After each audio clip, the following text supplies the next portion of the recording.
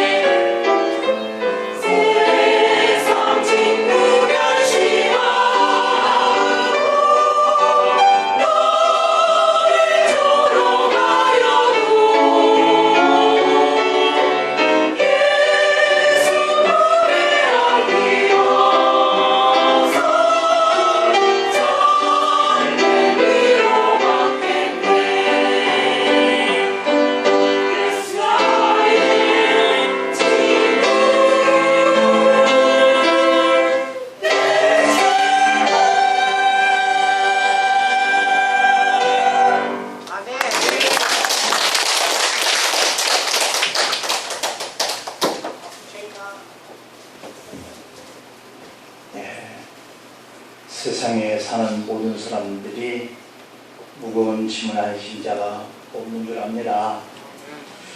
그러나 그 무거운 짐을 우리 주께 맡기기를 원하시는 이 아버지가 있다는 걸 얼마나 행복한지 모르겠습니다.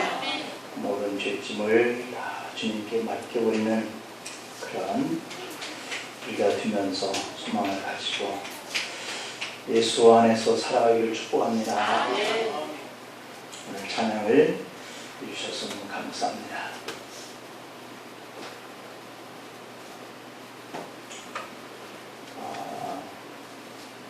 오늘은 하나님의 찬양, 처방전이라고 하는 의미로 우리가 생각을 해보는데 한 부인이 병원을 찾았습니다. 그랬더니 병원에서 진단이 벌어졌는데 신경쇠약에 걸렸다라고 하는 거예요. 그 부인은 늘 남편과의 갈등 속에서 살아가는 여인이었습니다. 의사가 진찰을 한 이후에 처방전을 내려놨는데 신경쇠약에는 이게 제일 좋습니다. 그리고 처방전을 내린 게 뭐냐면 앞산에 올라서 약수터에서 물통에 생수를 받아두었다가 남편이 퇴근하고 돌아올 때마다 그 생수물을 입안에 한 입 이렇게 머금고 이렇게 마시지 말라라고 하는 처방전이었어요. 간단하죠? 네. 그래서 남편이 퇴근하고 와서 화를 낼 때면 물 한 모금을 입에다 머물고 이렇게 마시지 않게 되었어요.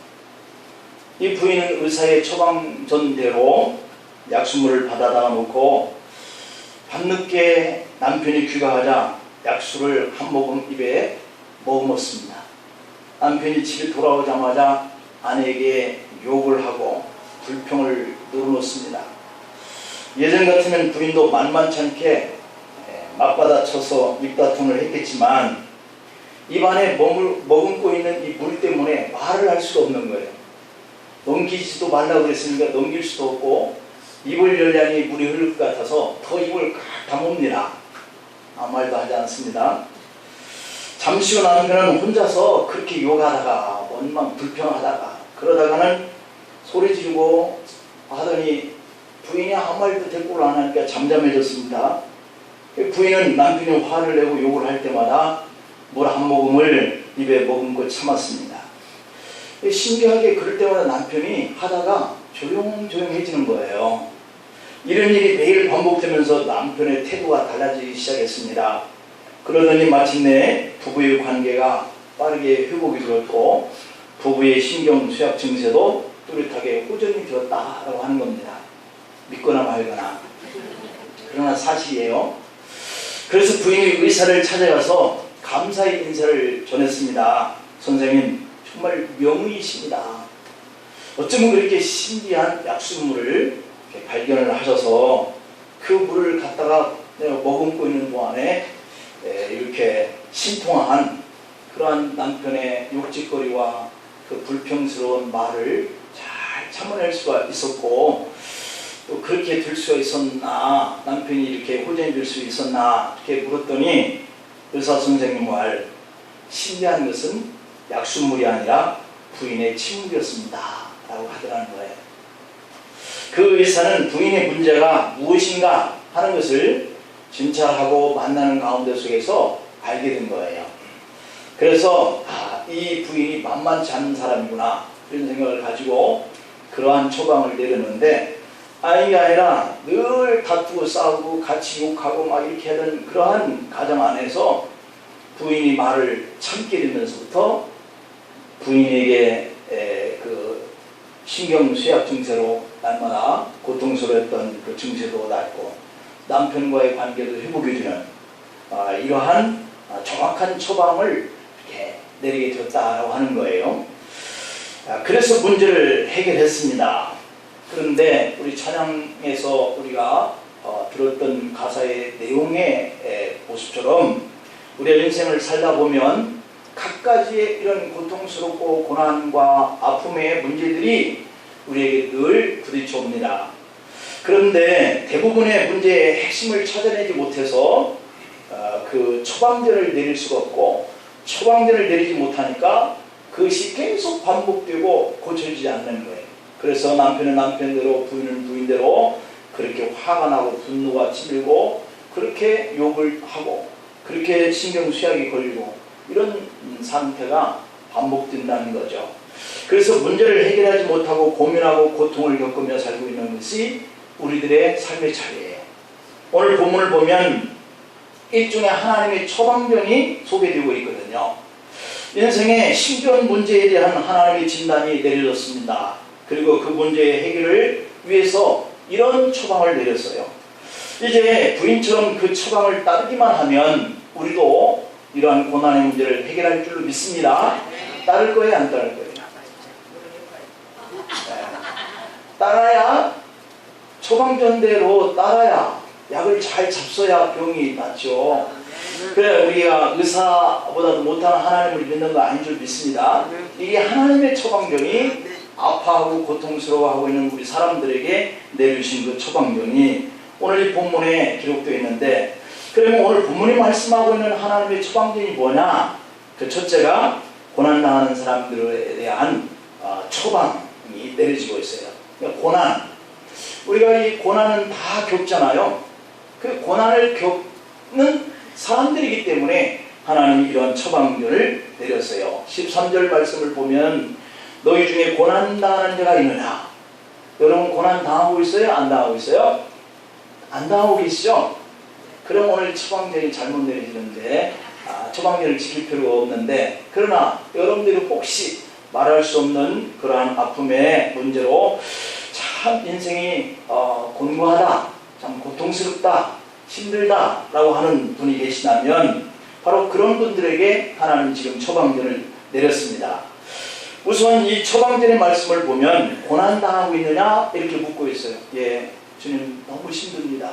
예, 주님 저는 지금 고통스럽습니다. 그런 분이 있다면 오늘 이 의미를 잘 생각해 볼 필요가 있어요.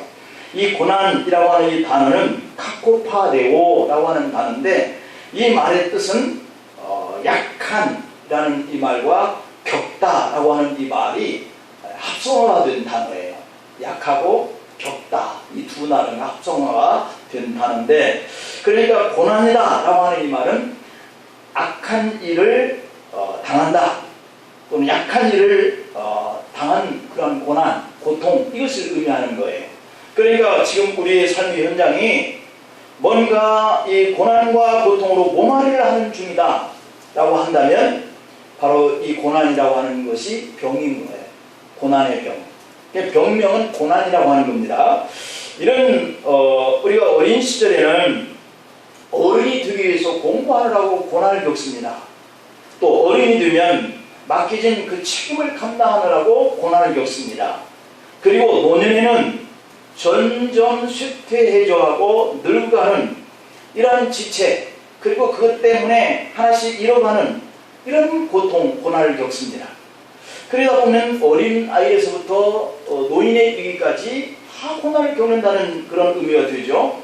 창세기를 보면 우리는 이미 에덴 동산에서 쫓겨난 인생으로서 생로병사, 이것을 겪는 거예요.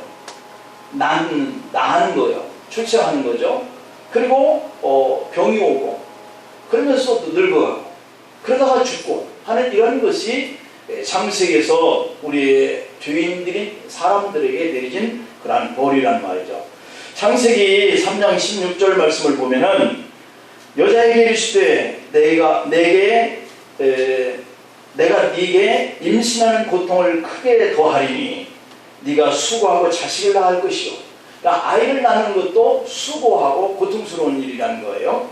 여기서 이 고통과 수고를 동반해야만 우리가 기뻐할 수 있는 그 자녀를 얻게 된다라고 하는 것을 예고했다는 것을 볼 수 있고, 또 창세기 3장 17절에 보면 아담에게 이르시되 네가 네 아내의 말을 듣고 내가 네게 먹지 말라 한 나무의 열매를 먹었은즉 땅은 너로 말미암아 저주를 받고 너는 평생에 수고하여야 그 소산을 먹으리라.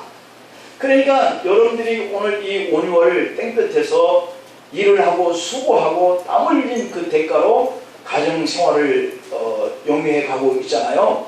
그런 것들이 바로 이 남자들에게 내리신 하나님의 벌칙이고 여자들에게 내리는 하나님의 벌칙이다 라고 하는 거예요. 그러니까 이 고통과 고난은 그냥 자연스럽게 인생 속에 스며들어온 우리의 삶의 자리다, 이렇게 볼 수 있는 것이죠. 그래서 이 세상에서 삶은 우리 인생의 그 자체가 이런 고생과 수고와 고난이다 라고 하는 것, 삶 속에서 우리가 살고 있는 거예요. 그러니까 아까 제가 서두에서 여러분들에게 물어보는 것처럼 고난당하지 않는 분 있나요? 고난당하시는 분이 있나요? 물어볼 때 아무 말을 할 수 없었던 것은 누가 고난을 겪지 않는 사람이 있나? 라고 하는 그러한 질문답지 않는 질문을 했기 때문에 여러분들이 말할 수 없었으리라 생각이 들 만큼 우리 인생 자체가 고난이다. 이 말씀 그대로 성경에 등장하는 인물들의 삶을 보면 모두가 다 고난을 겪어요. 특히 이스라엘 백성은 애굽에서 400년 동안 종살이를 하는데 정말 400년의 노예의 고역으로 끌려다니면서 성을 쌓고 북구성을 짓고 하는 그 일은 고난이다라고 하는 정점이라고 말할 수 있겠죠. 그들은 또 가나안 땅에 들어가기 위해서 광야의 길을 가는데 거기서 어찌했든 하나님을 그들에게 알게 하기 위해서든 그들이 원망과 불평을 해서든 간에 그들은 40년의 고난을 겪어요. 가나안 땅에 들어간 뒤에도 끝없는 외세의 침략을 받아서 견디기 힘든 전쟁의 고난을 겪어요. 그래서 바울은 로마서 8장 18절에서 생각컨대 현재의 고난은 장차 우리에게 나타날 영광과 비교할 수 없다 이렇게 표현하고 있거든요. 그러니 이 땅에서의 우리의 삶은 저 천국에 우리가 들어가는 거 거기에서 이루어지는 삶과는 비교할 수 없으니까 우리가 그 천국을 소망하면서 이 땅에서의 주어진 우리의 벌칙인 이 고난의 삶을 잘 감내해내야 하는 것, 이것이 또한 우리의 의무라고 볼 수 있는 거예요. 심지어 베드로전서 2장의 20절 21절에 보면 죄가 있어 매를 맞으면 무슨 칭찬이 있으리요.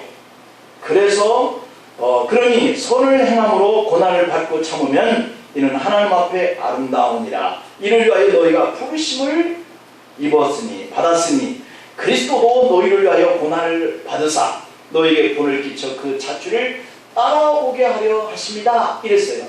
그러니까 사람의 육신의 몸을 입으면 이 땅에서 사는 그 누구든 간에 다 이렇게 고난을 겪어요. 예수님은 바로 하나님이신데도 불구하고 육의 몸을 입고 이 땅에 오시니까 고난을 받는 거예요. 하나님이신 그분이 이 땅에서 육의 몸을 입고 고난을 받는 것은 우리로 하여금 그분도 하나님이신데 고난을 받네 라고 하는 것들을 우리에게 따라오게 하기 위한 본이다, 자취다, 그렇게 말씀하고 있어요. 그러니까 오늘 우리가 고난 받는 것은 정말 자연스러운 일인데, 이렇게 기독교인들은 이 땅의 삶에서는 고난을 받기 위해서 부르심을 받았다라고까지 해요. 다시 말하면 복음을 전하면서 세상에 자연인이 받지 않아도 될 그런 복음 전함에 있어서의 핍박과 고난도, 이걸 우리가 받게 되는데 그걸 받게 하기 위해서 우리가 부름을 받았다, 이렇게 성경은 말씀하고 있어요. 그러니까 복음을 전하면서 믿음 생활할 때 받는 그 고난도 있고, 우리가 땀을 흘려서 수고해야 우리가 아내를 만족시키고 자녀를 만족시킬 수 있는 이런 삶을 살아가야 할 그런 인생의 그 고난이라고 하는 자리, 이것은 또한 우리가 동일하게 죄인이기 때문에 당하는 그러한 고통이죠. 그러니까 우리 믿음의 사람들은 어찌 보면 이중고의 고난을 겪고 사는 사람이다, 이렇게 볼 수 있겠죠. 그러니까 삶의 현장의 결과는 인생이라고 하는 것이 그 자체로 고난이다. 그렇다면 인생의 자체가 이런 고난 삶의 현장인 노예인 우리 기독교인들에게 약을 처방을 한다면 과연 어떤 처방을 해야 이 고난의 병을 우리가 극복해낼 수 있을까, 이겨낼 수 있을까 하는 것이 오늘 우리가 받아야 할 두 번째의 그 포인트예요. 그것을 보니 오늘 13절에서 이렇게 다시 말씀합니다. 13절 한번 다시 보면 고난당하는 자가 있느냐? 그는 기도할 것이요 라고 이렇게 말씀을 하고 있는 것이 바로 하나님의 처방전인 거예요. 우리는 인생이 고난이다, 누구도 피해갈 수 없는 자리다 라고 생각한다면 그런 인생의 고난을 겪는 우리가 자연스럽게 그것을 극복하고 이겨낼 수 있는 힘을 어디서 찾을 수 있을까? 그것은 기도다 라고 하는 하나님의 처방전이 떨어졌어요. 하나님은 고난당하는 성도들에게 기도하라고 말씀합니다. 자, 그렇다면 이 기도가 왜 고난에 대한 처방약이 될까? 라고 하는 의문을 또 우리가 가져볼 수 있겠죠. 기도하면 우선 고난을 겪는 자에게 이길 힘을 주시는 줄로 믿습니다. 시편의 22편 1절에 보면 다윗이 그 고난 가운데 속에서 하나님 앞에 기도를 해요. 내 하나님이여, 내 하나님이 어찌 나를 버리셨나이까? 이 고난이죠. 어찌 나를 멀리하여 돕지 아니하시오며, 이게 다 우리가 겪는 고난이에요. 내 신음소리를 듣지 아니하시나이까? 하고 괴로워하는 거예요. 다윗은 이 고난이라고 하는 거, 고난당하는 다윗에게 어떤 힘든 문제가 있었는지 우리가 그것은 확실하게 잘 몰라도 자신이 도움을 청해도 돕지 않았다라고 하는 것 때문에 더 힘든 거예요. 그리고 내가 하나님 앞에 기도했는데 주님이 돕지 않았다라고 하는 것 때문에 힘들어하면서도 그 고백을 보니까 그럴 때 하나님이 자신을 버린 줄 알았다, 이렇게 고백을 하고 있어요. 여러분, 우리가 버림을 받는다라고 하는 거, 육이 됐다라고 하는 거, 이것은 상당히 내 마음속에서 이렇게 걷잡을 수 없는 서러움이 이렇게 오게 되는 거 우리가 다 알죠. 그래서 누군가에게 버림을 받는 거, 이것은 참 큰 괴로움인데, 그래서 다윗은 사람이 아니고 하나님께서 자기를 버렸다라고 하는 것 때문에 괴로워서 견디지 못하는 거예요. 하나님께 원망도 합니다. 불평을 토로하면서 계속 기도하는데 시편의 22편 24절에 보니까 그렇게 하던 다윗이 이렇게 또 기도합니다. 하나님을 향하여 곤고한 자의 곤고를 멸시하거나 싫어하지 아니하시며 그의 얼굴을 그에게서 숨기지 아니하시고 그가 울부짖을 때에 들으셨도다 하면서 찬양하고 기뻐하는 다윗의 모습으로 바꿔지는 것을 볼 수 있습니다. 결국 다윗이 기도할 때는 하나님 나를 버렸나?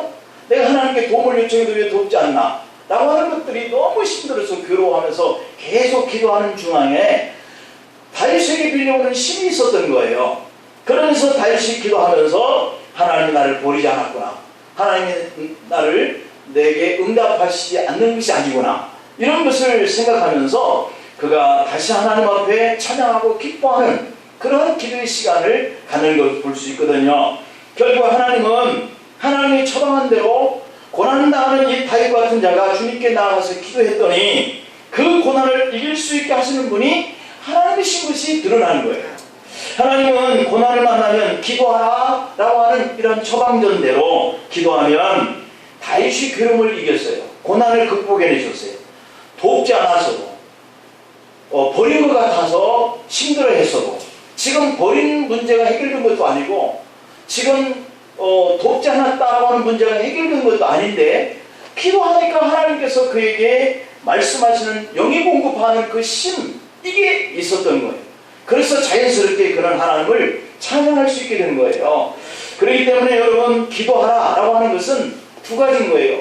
내가 기도하면서 하나님이 주시는 그 새로운 힘을 공급받아서 용기를 낼 수 있는 힘을 공급받든지, 아니면 그 문제를 언제까지 내가 해결해 준다라고 하는 그런 음성을 통해서 신뢰와 확신을 회복하게 하시든지, 이런 의미가 바로 기도 속에 있다고 하는 사실을 여러분들 꼭 기억할 수 있기를 바랍니다. 그래서 기도는 이렇게 고난의 현장을 이길 수 있는 힘을 공급해 주시는 하나님의 처방약이에요. 고난 때문에, 괴로움 때문에 어찌 나를 버리셨나이까? 어찌 나를 멀리 하여서 돕지 아니하시며 내 신음소리를 듣지 않느냐고 원망하고 쩔쩔매는 다윗에게 찬양하게 만드신 분이 여러분의 고난과 원망과 불평 환경 속에서도 찬양하게 하실 하나님이심을 믿습니다. 여러분도 고난과 고통과 괴로움 이 앞에 직면하게 되면 바로 이 말씀은 하나님의 처방전, 기도라고 하는 것을 떠올리시길 바랍니다. 기도할 때 고난을 피하게 해달라고 기도하지 말고 고난을 이길 수 있게 힘을 공급해달라고 우리가 기도해야 할 줄로 믿습니다. 그래서 하나님의 처방을 듣고 그대로 기도하면 어떻게 되느냐, 이 의미를 말씀을 드려보면, 첫째는 고난을 헤쳐나갈 길을 찾게 해주신다 그랬어요. 그러니까 고난을 당할 때 기도하라는 처방을 듣고 기도하는 사람에게 기도를 했더니 첫 번째, 고난을 헤쳐나갈 길을 열어주시더라. 하나님은 고난당하는 사람에게 기도하라고 하신 이유가 그냥 하라고 하는 이유가 아니라는 거죠. 기도 중에 고난을 헤쳐나갈 수 있는 길을 가르쳐주기 위해서 기도하라는 거예요. 만화를 잘 그리는 한 시골 청년이 있었는데, 자기가 그린 만화를 들고 이 문화사 저 출판사를 찾아다니면서 자기가 그린 이 만화를 실어달라고 그렇게 애원을 했어요. 그러나 어느 곳에서도 그 그림을 본 편집장이 퇴짜를 넣는 거예요. 받아주지 않습니다. 그래서 이곳저곳을 돌아다니느라고 너무 힘이 들고 희망이 꺾여져서 고통스러워서 주저앉아서 울었습니다. 그때 마침 한 교회가 눈에 띄는 거예요. 청년은 그 교회에 찾아 들어가서 하나님께 울면서 기도합니다. 마침 그 교회에 계셨던 목사님을 만나게 되었고, 목사님은 청년의 사정을 다 듣고 격려하면서 기도해 줍니다.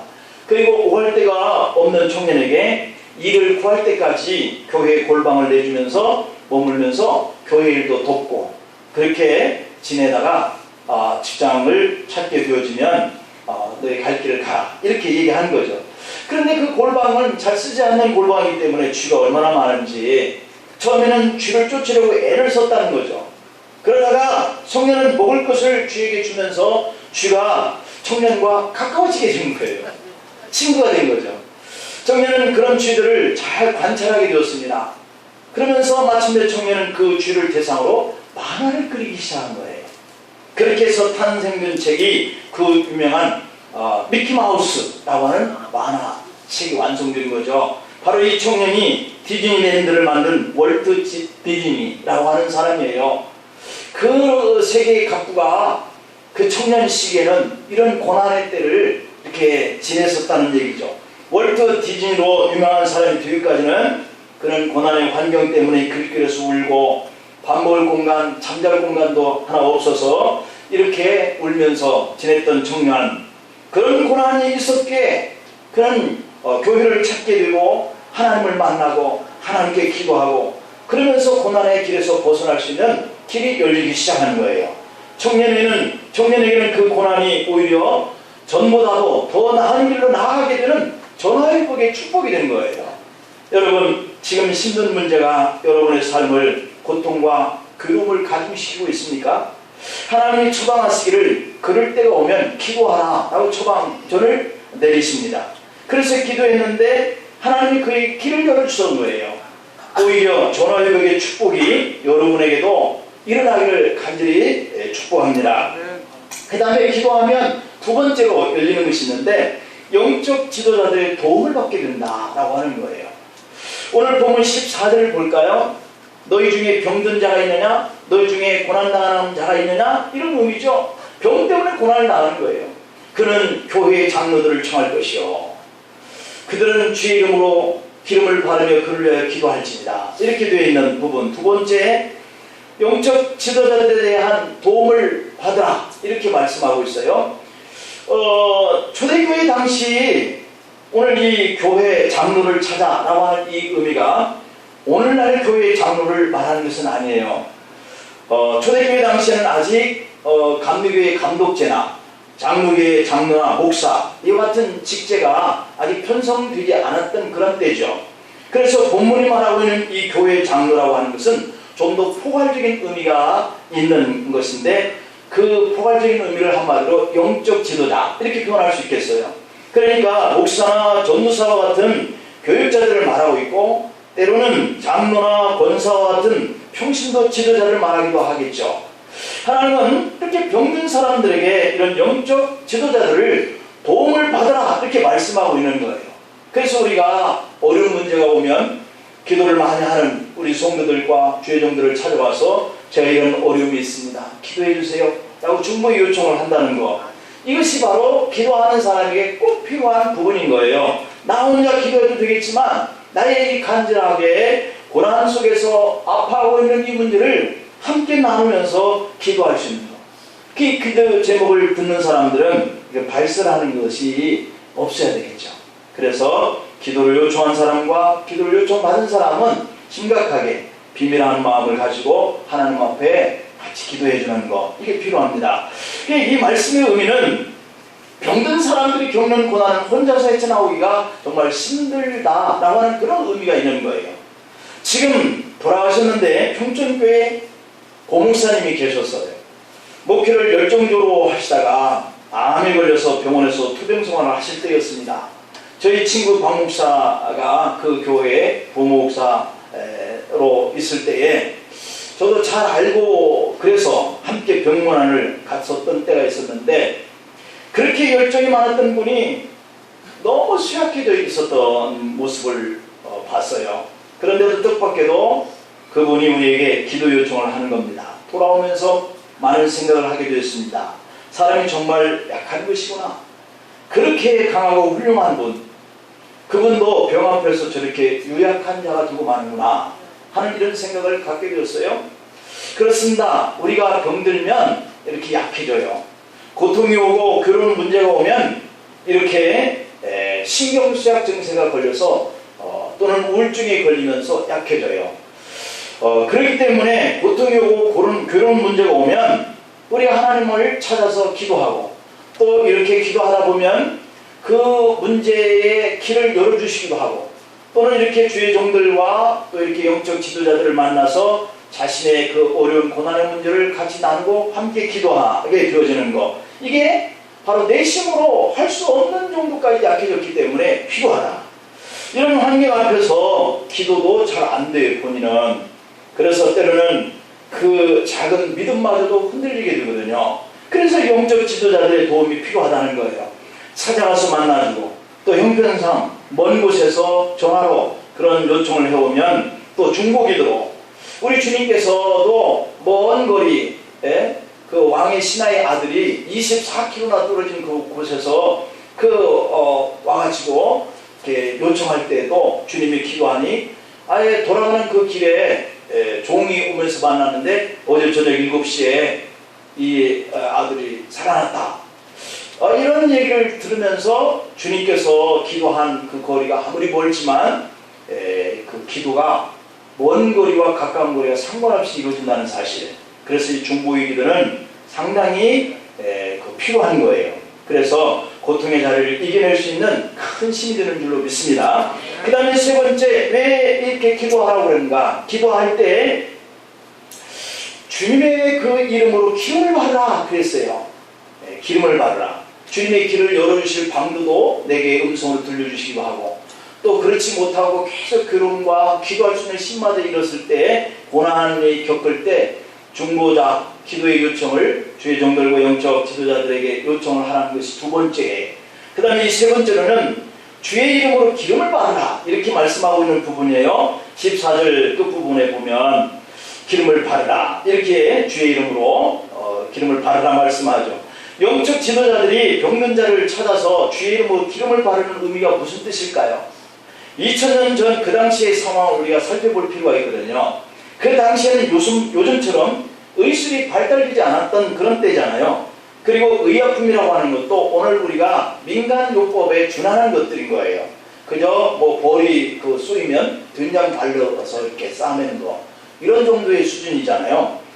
그래서 당시 교회 영적 지도자들도 상당한 수준의 치료를 해왔던 것으로 알려지고 있어요. 마치 예전에 교회에서 장례가 나면 교육자들이 또는 교회 중직들이 장의사가 되어서 가서 다 수의를 입히고 다 염을 하고 하는 이런 일까지 도맡아서 했던 때가 있었잖아요. 그런 것이라고 우리가 생각하면 될 거예요.